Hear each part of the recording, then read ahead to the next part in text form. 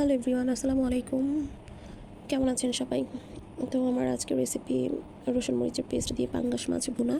তো আমি এটাকে ফার্স্টে লবণ এবং মরিচের গুঁড়ো দিয়ে মেখে নিচ্ছি। তো আসলে অনেকেই যখন শুনে যে পাঙ্গাস মাছ আমি পছন্দ করি বা যে কেউই, অনেকে নাক সিট করে, যারা পছন্দ করে না তারা ভাবে যে না জানি কি এটা। তো এগুলো তো সৃষ্টি হয়েছে খাওয়ার জন্যই। আর খাবারের জিনিস নিয়ে আমি বলবো এভাবে নাক সিটকোনো বা অনেকেই বলেন যে এগুলো কী খায়, মজা না, বা সবার মুখের টেস্ট একরকম হয় না। তো এগুলো খাবারের জন্যই কিন্তু তৈরি হয়েছে। তো আমি পেঁয়াজটাকে ব্রাউন কালার করে নিয়েছি, তারপর রসুন মরিচের পেস্টগুলো ঢেলে সামান্য একটু পানি অ্যাড করে নিব। আর আমি এটাতে কোনো মশলা ইউজ করব না, শুধু কালারের জন্য মরিচের গুঁড়া এবং স্বাদ মতো লবণটা আমি ইউজ করব।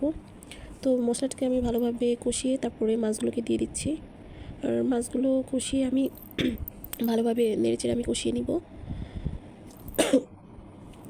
আমার মশলাটা যেন প্রপারলি মাছের ভিতর ঢুকে যায়, তো তার জন্য আমি সামান্য একটু পানি দিয়ে দিচ্ছি এবং পানি দিয়ে নেড়েচেড়ে আমি এটাকে ঢাকনা দিয়ে ঢেকে দিব। তো দেখেন, ঢাকনা দিয়ে ঢাকার কারণে আমার আরও একটু পানি উঠেছে মাছে। তো আমি যেহেতু মাছটা কাঁচাই রান্না করব, না ভেজে, তো তাই আমি আরও 2 কাপ পানি ইউজ করব মাছটাতে। এবং আমার মোটামুটি 50% মাছটা কষানো হয়ে গেছে। তো 2 কাপ পানি দিয়ে আমি মাছটাকে আবারও ভালোভাবে নেড়ে উল্টিয়ে দিচ্ছি। তো অনেকেই যারা রসুন মরিচের পেস্ট দিয়ে এই মাছটা রান্না করেন তারা হয়তো আদা রসুন ইউজ করেন। তো আমি এখানে আদা রসুন ইউজ করবো না।